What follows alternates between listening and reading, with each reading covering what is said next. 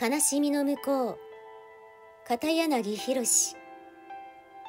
6月27日。